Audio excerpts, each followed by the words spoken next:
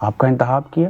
میں دوبارہ یہ عرض کروں گا کہ اللہ تعالیٰ کا خاص فضل و کرم میرے استادی محترم حضرت قبلہ مفکر اسلام علامہ ڈاکٹر پیر سید عبدالقادر شاہ صاحب گیلانی اور میرے مرشد کریم حضرت سید پیر غلام محی الدین بابو جی رحمۃ اللہ تعالیٰ کی نگاہ کرم اور میرے والد گرامی کی تربیت کا اثر ہے کہ میں نے یہاں گزشتہ 40 سال سے زائد عرصہ میں مسلمانوں کی نان مسلم کی اس ملٹی کلچرل معاشرے کے اندر بغیر رنگ و نسل کے میں نے خدمت کی ہے، اور اس کو شہزادہ چارلس سوم نے انڈوز کر کے یہ ثابت کیا ہے کہ یہاں معیار دیکھا جاتا ہے اور اس کے مطابق نوازا جاتا ہے۔ پرنس چارلس، شہزادہ چارلس سے جب ایوارڈ لینے جائیں گے تو محسوس کرتے ہیں کہ یہ فخر اور اعزاز کی بات ہے آپ کے لیے نہیں، پوری کمیونٹی کے لیے؟ یقیناً میری شہزادہ چارلس سوم سے 2 دفعے پہلے ملاقات ہو چکی ہے، اور دونوں دفعہ لیوٹن میں، حال ہی میں وہ لیوٹن میں آئے تھے۔ لیوٹن بار کونسل نے مجھے بلایا، میں نے ان کے ساتھ شیک ہینڈ کیا اور اچھی چند منٹ گفتگو بھی کی، اور انشاءاللہ جب وہ بلائیں گے جاؤں گا تو مجھے یقیناً یہ فخر اور اعزاز ہے، یہ میرے لیے نہیں، یہ پوری مسلم کمیونٹی کے لیے بہت بڑا اعزاز ہے جسے وہ انڈوز کریں گے۔ جی، آپ کی ایک مسلم چیریٹی ہے، لوگ زندہ لوگوں کی مدد کرتے ہیں، ہر کوئی کرتا ہے، آپ انسان مر جائے تو پھر بھی مدد کرتے ہیں۔ الحمدللہ مسلمانوں کے حقوق ایسے ہیں جن کی پاسداری کرنی چاہیے۔ انتقال کے بعد بھی شریعت مطہرہ جیسے کہتے ہیں کہ والدین کے حقوق ہیں، ان کے لیے دعا کرو، ان کے لیے مغفرت کا انتظام کرو، ان کی تجہیز و تکفین میں شامل ہو۔ اسی طرح ایک عام مسلمان کے جنازے میں شامل ہونے سے بہت بڑا ہر قدم پہ اللہ تعالیٰ اجر و ثواب عطا فرماتے ہیں۔ تو یہ ہماری خوش قسمتی ہے کہ ہم نے اس وبائی مرض کے دوران جب وہ آفت آئی تھی، گھر کے اندر لوگ پریشان تھے، میتیں اٹھ رہی تھیں، اس وقت اللہ کریم نے مجھے یہ موقع نصیب کیا کہ میں نے اپنے بہن اور بھائیوں کی خدمت کی، اور حالانکہ اس وقت میرے فیملی نے، بچوں نے، ڈاکٹرز نے میرے ایج فیکٹر کی وجہ سے منع بھی کیا کہ آپ رسک نہ لیں، لیکن میں یہ سمجھتا تھا کہ جو قوم میرے بھائی اور بہنیں مشکل وقت میں ہمارے ساتھ رہے، ان کے ساتھ ہمیں کھڑا ہونا چاہیے۔ کوئی مر جائے تو اس کی میت پاکستان بھیجنی پڑے تو باقی لوگ تاخیر کر دیتے ہیں، آپ کے پاس ایسی کون سی چیز ہے جس کی وجہ سے جلدی میت ملتی ہے اور بر وقت پاکستان بھی پہنچ جاتی ہے؟ قریشی صاحب بہت شکریہ، یہ صرف آپ ہی نہیں بلکہ پورے لیوٹن اور برطانیہ کے مسلمان اس سے آگاہ ہیں کہ یہ خاص اللہ کا فضل ہے کہ جب ہمارے پاس کوئی اس قسم کا کیس آتا ہے تو ہم یہ سمجھتے ہیں کہ ہماری اپنی فیملی کے اندر ڈیتھ ہو گئی ہے۔ پہلا تو یہ بات ہے، اور دوسری یہ کہ جتنے بھی یہاں کے محکمے ہیں، ہاسپٹل والے ہیں، بریمنٹ افسر ہے، رجسٹرار آفس ہے اور کارنر افسر ہے، ان سب لوگوں کے ساتھ میرے بہت کلوز ریلیشن شپ ہے، اور وہ ریگارڈ کرتے ہیں جو ہی ہم ان کے پاس جاتے ہیں وہ جلد از جلد کاغذات مکمل کر کے میت کے حوالے سے ہمارے حوالے کر دیتے ہیں۔ سنا ہے کہ آپ اس عمر میں بھی بڑا سٹیمنا اور ول پاور رکھتے ہیں اور بار بار فون کرتے ہیں کہ میت دے دی جائے۔ الحمدللہ یہ اس کا احسان اور کرم ہی ہے کہ بے شک میری عمر اس وقت 75 ایئر مکمل ہو گئی ہے، لیکن اس پاک پروردگار کا کروڑ شکر ہے کہ اس نے صحت تندرستی عطا کر رکھی ہے۔ مولا صحت تندرستی، ایمان کی سلامتی والی زندگی اور یہ جذبہ عطا فرمائیں کہ میں اپنی قوم کی، لوگوں کی، انسانیت کی خدمت کر سکوں۔ آمین۔ بطور مسلم چیپلن اسپتال میں بھی اور جیلوں کے اندر بھی خدمات انجام دی، یہ کون سا دور تھا؟ الحمدللہ فرسٹ ٹائم ان 1990 میں بیڈ فور کی سب سے بڑی پریزن میں بطور چیپلن ایز اے آنری کام کرتا رہا، اور لیوٹن ڈانسٹیبل ہاسپٹل جو اب یونیورسٹی ہاسپٹل بن چکا ہے، 1985 میں پہلا مسلمان چیپلن مجھے آنری طور پر مقرر کیا گیا۔ آج بھی الحمدللہ میں اپنی فرائض ڈیوٹیاں جو ہیں وہ آنری طور پہ وہاں دے رہا ہوں، اور کسی وقت بھی جا کر اپنے بہن بھائیوں سے ملاقات کر کے ان کی ضروریات کا جو ہے اسپتال تک پہنچا سکتا ہوں۔ جس قاضی عبدالعزیز چشتی صاحب کو بطور چیپلن اعزازی طور پہ جیل میں اور اسپتال میں تعینات کیا گیا، ان کو تنخواہ ملتی تھی؟ نہیں، بغیر کسی تنخواہ کے، معاوضے کے میں نے یہ کام کیا ہے، اور الحمدللہ بسا اوقات جیلوں کے اندر میں نے اپنے ادارے کی طرف سے وہاں جا کر ماہ رمضان شریف میں اپنے بھائیوں کو، بہنوں کو جو وہاں جیل میں ہیں انہیں کھانے کا اہتمام کیا ہے، انہیں اسلام کی تبلیغ کی ہے، اور اللہ تعالیٰ کے فضل و کرم سے یہ بھی مجھے اعزاز ہے کہ اس پاک پروردگار نے کرم فرمایا، کئی درجن غیر مسلموں نے اسلام کو قبول کیا ہے۔ بطور چیپلن نہ صرف کھانا کھلایا رمضان میں، آپ نے مسلمانوں کو نہ صرف امامت کروائی، جمعہ پڑھایا، روزے رکھوائے، بلکہ غیر مسلموں کو تبلیغ کی۔ جی ہاں، یقیناً جا کر وہاں اسلام کی طرف مین مقصد یہ تھا کہ ان کی ضروریات کا بھی خیال رکھا جائے اور ان کے مذہبی تشخص کو بھی برقرار رکھا جائے، اور ان کے ساتھ مشکل وقت میں ہمدردی کا اظہار کر کے شیئر کرنا چاہیے۔ جیل کے اندر کوئی بھی انسان جو ہے وہ پاک صاف بڑے کم ہوتے ہیں، ہٹ درم ہوتے ہیں، کوئی قاتل ہوتا ہے، کوئی جرائم پیشہ لوگ ہوتے ہیں، ان کی بھی تربیت کرتے رہے۔ موسٹلی ہمارا تعلق مسلم چیپلن بحیثیت مسلم چیپلن تھا، اور میں مسلمانوں کو ہی وزٹ کرتا تھا۔ کبھی پاکستان بھی اتفاق ہوا جیل میں قیدیوں کو ملنے کا؟ بیسکلی جب میں پاکستان تھا، میں یقیناً جیلوں کے اندر ایک دفعہ خود بھی، 2 دفعہ ڈیورنگ تحریک نظام مصطفیٰ جانا ہوا، اور ایک مرتبہ خالصتاً وزٹ کرنے کے لیے بھی گیا تھا۔ جی آپ نے جیل کاٹی؟ آپ جیل گئے؟ جیل تحریک نظام مصطفیٰ کے دوران۔ اس وجہ سے لوگوں کو کھانا دیتے ہیں، کھانے کو زندہ لوگوں کی مدد کرتے ہیں، آپ لوگوں کو پیسے اور کھانا دینے کے بجائے لوگوں کو خون دیتے ہیں۔ بیسکلی قریشی صاحب، تھیلاسیمیا ایک ایسا مرض ہے جو خون کی کمی کی وجہ سے، مورسی یہ مرض ہے کہ اس کے مریض کو ہر 4 ہفتے بعد خون دیا جاتا ہے۔ الحمدللہ بسم اللہ چیریٹی کے پلیٹ فارم سے ہم نے پاکستان میں بہت سے بچوں کو، جن میں کراچی ایک بڑا اسپتال ہے فاطمید ہاسپٹل، لاہور میں سندس فاؤنڈیشن ہے، اور میرپور آزاد کشمیر میں میرپور ڈسٹرکٹ ہیڈ کوارٹر اسپتال کے اندر، اور راولپنڈی بہت بڑا تھیلاسیمیا سینٹر ہے، وہاں ہم نے بچے سپانسر کیے ہوئے ہیں جنہیں ہر 4 ہفتے بعد خون دیا جاتا ہے۔ ان کے پورے سال کے لیے میرے بھائیوں نے، دوستوں نے یہاں UK سے جو بچے سپانسر کیے، ان کو تمام ان کے جو میڈیکل اخراجات ہیں وہ ہماری چیریٹی کی طرف سے۔ اگر آپ کے اپنے ہی ایک صاحبزادے کو تھیلیسیمیا کی بیماری نہ ہوتی تو آج یہ سینکڑوں بچے آپ نہ ان کو خون دے رہے ہوتے۔ جی یہ آپ نے میری توجہ دلائی۔ میرا اپنا بیٹا ہے، الحمدللہ صحت مند ہے، اسے اللہ تعالیٰ نے صحت مند اولاد دے رکھی ہے۔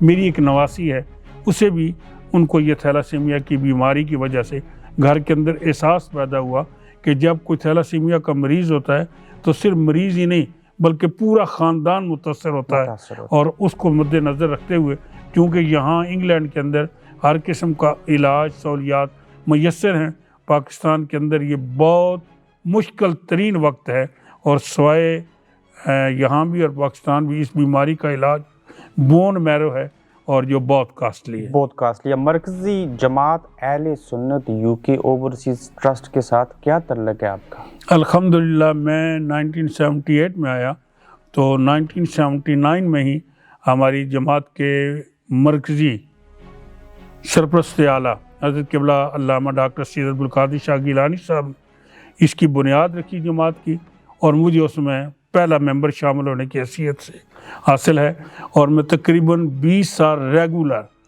جماعت کا سیکرٹری جنرل رہا ہوں، اور کچھ عرصے کے بعد دوبارہ مجھے جنرل سیکرٹری بنایا گیا۔ آج بھی الحمدللہ میں اس کا جنرل سیکرٹری ہوں۔ جی نام اتنا طویل ہے کہ علامہ قاضی عبدالعزیز چشتی، چشتی سے کیا مراد ہے؟ چشتی چونکہ جیسے میں نے ابتدائی طور پہ عرض کیا ہے کہ سلسلہ عالیہ چشتیہ حضور سلطان الہند غریب نواز معین الدین چشتی اجمیری سنجری رحمۃ اللہ تعالیٰ کا سلسلہ ہے، اور میری بیعت دربار عالیہ گولڑا شریف غوثیہ چشتیہ میریہ گولڑا شریف سے ہے۔ اس حوالے سے میں اپنے آپ کے ساتھ چشتی لکھتا ہوں اور اپنی نیاز مندی اور خوش قسمتی سمجھتا ہوں۔ آخری 3 منٹ ہے ہمارے پاس، اس میں جاننا چاہوں گا کہ PIA Pakistan international air line جو پچھلے 1.5 سال سے زائد عرصے سے بند ہے، اس کے بند ہونے سے لوگ مر جائیں اوورسیز پاکستانی اور کشمیری تو وہ اپنی میت لے کے نہیں جا سکتے، کیونکہ وہاں سے میت مفت میں جاتی تھی۔ بندش کی وجہ سے کتنی مشکلات ہیں؟ یقیناً PIA ایک بہت بڑی سہولت تھی۔ سب سے پہلی سہولت تو یہ تھی کہ بغیر کسی معاوضے کے وہ میتوں کو لے جاتے تھے۔ دوسرا، کچھ قانونی مشکلات جو ہیں اب پیش آ رہی ہیں وہ نظر انداز کر دیتے تھے۔ اب ہمیں مختلف ایئر لائنز کے ذریعے بھی ہم میتوں کو پاکستان بھجوا رہے ہیں. دشواریاں آ رہی ہیں، لیکن اس کے باوجود الحمدللہ ود ان 1 or 2 days ہم جو ہے، بے شک اس کی پیمنٹ کرنا پڑتی ہے، لیکن ہم قانونی جو معاملات ہیں، جو ضروریات ہیں، انہیں فل کرنا پڑتا ہے، لیکن میتیں جو ہیں وہ ہم 1-2 دن کے اندر پاکستان ریٹریٹ کر دیتے ہیں. جی رمضان کی آمد ہے، ہر سال روزے آتے ہیں، ہر سال ہم عید کرتے ہیں، اور ہر سال نہیں، ہر روز چاند نظر آتا ہے. کیا اس بار روزہ ایک ہی دن ہوگا؟ اللہ کے حضور میں یہ امید اور توقع رکھنی چاہیے. جیسے میں نے ابھی پہلے بھی آپ سے بات کر رہا تھا، ہماری کوشش یہ ہوتی ہے کہ رمضان شریف کا آغاز ہو یا جتنے بھی مذہبی تہوار ہیں وہ اسلامی تہوار قرآن و سنت کی روشنی میں ہونے چاہیے، اور اس کے لیے رویت حلال کو فالو کرتے ہوئے ہمیں شریعت کی بالادستی کو برقرار رکھتے ہوئے جدید ٹیکنالوجی کو استعمال کرتے ہوئے شرعی رویت حلال کا اعلان کرنا چاہیے. میں اللہ کی بارگاہ سے امید ہوں کہ اس مرتبہ ایک ہی رمضان شریف کا آغاز ہوگا اور ایک دن عید ہوگی. آپ کو پتہ ہے کہ جامعہ اسلامیہ غوثیہ الحمدللہ گزشتہ 1986 سے یہاں قائم ہے، اور ہم نے ہمیشہ تمام سہولیات کو مد نظر رکھتے ہوئے عیدین کا صحیح تعین کیا ہے، اور ہماری کمیونٹی نے ہمارے ساتھ بڑا بھرپور تعاون کیا ہے. اگر آپ نے 1986 سے 2023 تک صحیح تعین کیا ہے عید کرنے اور روزہ رکھنے کا، تو پھر باقی غلط کر رہے ہیں. میں یہ نہیں کہتا کہ وہ غلط کر رہے ہیں، میں نے کوشش کی ہے کہ ہم شریعت مطالعہ کی بالادستی کو برقرار رکھیں، اور جن لوگوں نے شریعت کی بالادستی کو برقرار رکھا یقیناً انہوں نے صحیح کیا، لیکن کچھ لوگوں نے اگر اپنی مرضی سے یا کسی دوسری کنٹری کو فالو کیا، وہ ذمہ دار ہیں. ہاں وہ ذمہ دار ہیں. میں نیت کرتا ہوں اس نماز کی، 4 رکعت نماز فرض ظہر، منہ میرا طرف خانہ کعبہ شریف، اللہ اکبر. جب یہ کہہ دیا تو پھر مسئلہ کیا بچا چاند دیکھنے اور نہ دیکھنے کا؟ یقیناً آپ نے جو بات کہی ہے یہ درست ہے. خانہ کعبہ کی حقیقت کو یہ تو خود اللہ کا قرآن بھی کہتا ہے، اِنَّ أَوَّلَ بَيْتٍ وُضِعَ لِلنَّاسِ لَلَّذِي بِبَكَّةَ مُبَارَكًا وَهُدًى لِّلْعَالَمِينَ. بات یہ درست ہے، لیکن جو احکامات کعبہ سے نہیں آ رہے، قرآن سے آ رہے ہیں، حدیث پاک سے آ رہے ہیں، ہم نے ان کو فالو کرنا ہے جو براہ راست قرآن اور حدیث سے ہمیں مل رہے ہیں. جی مل رہے ہیں. علامہ صاحب، غیر اسلامی ملک کے اندر ہم دونوں بیٹھے ہیں، لیکن اللہ کے گھر میں بیٹھے ہیں، چاروں طرف برائی ہے، جوا خانے، شراب خانے، ڈانسنگ کلب ہے، سینماز ہیں. اس کے باوجود لوگ بڑی تعداد میں کمپیئر ٹو پاکستان تھوڑی آبادی ہوتے ہوئے زیادہ تعداد میں مسجد میں سجدہ دیتے ہیں. یہ فخر والی بات ہے. یقیناً یہ اللہ تعالیٰ کے احسان، اس کی عطا کے بغیر کچھ نہیں ہو سکتا ہے. وہ اللہ پاک بندوں کے دلوں میں اپنا خوف پیدا کر دیتے ہیں، اور وہ بندگان خدا اللہ کے حضور میں سجدہ ریز ہو کر اپنے گناہوں کی تلافی کرتے ہیں. ہزاروں کی تعداد میں مذہبی سکالر ہیں، اور تقریباً سینکڑوں مساجد ہیں برطانیہ کے اندر. آبادی بھی ہماری اچھی خاصی ہو گئی. کیا مذہبی سکالرز نے وہ تبلیغ کی غیر اسلامی ملک کے اندر جو کرنی چاہیے تھی؟ قریش صاحب، بہت خوبصورت آپ نے سوال کیا ہے، لیکن یہ جو آپ کو ہزاروں کی تعداد میں مساجد نظر آ رہی ہیں، گنبد و مینار والی مساجد نظر آ رہی ہیں، اس میں علماء کا ایک بہت بڑا کردار ہے، اور قوم کو یونائٹ کرنے کے لیے بھی بہت بڑا کردار ہے. لیکن اس کے ساتھ یہ بھی سمجھ لیجئے کہ آج موجودہ دور میں ایک نیا دور شروع ہو چکا ہے. ہمارے دور کے آئے ہوئے لوگ جو 40-45 سال پہلے آئے تھے، انہیں وہ انگلش پر عبور حاصل نہیں ہے جو ہونا چاہیے تھا. اب ہماری نوجوان نسل کو نئے اسلامک سکالر جو ہیں ان کی ضرورت ہے. اس کے لیے ہمیں اور والدین کو محنت کرنی چاہیے کہ ہم ایسے سکالر جو صحیح معنوں میں قرآن و سنت کی تعلیم کو عام کر سکیں، انہیں مساجد کے اندر رکھنا چاہیے. اگر کسی کا باپ مر جائے اور اس کا بیٹا جوان ہو اور بالغ ہو، وہ اپنے باپ کا جنازہ کیوں نہیں پڑھا سکتا؟ اس کی تربیت کس نے نہیں کی؟ یقیناً یہ حق بنتا ہے. شریعت نے مختلف جو ہیں وہ طرق بتائے ہیں کہ کون نماز جنازہ کو پڑھا سکتا ہے. یہ جو آپ نے بات کیا یہ ولی کی تعین کے سلسلے میں آتا ہے. ہاں، اگر اس کا بیٹا اسلامی تعلیمات اچھے طریقے سے پڑھا ہوا ہے، وہ نماز جنازہ اس کو یاد ہے،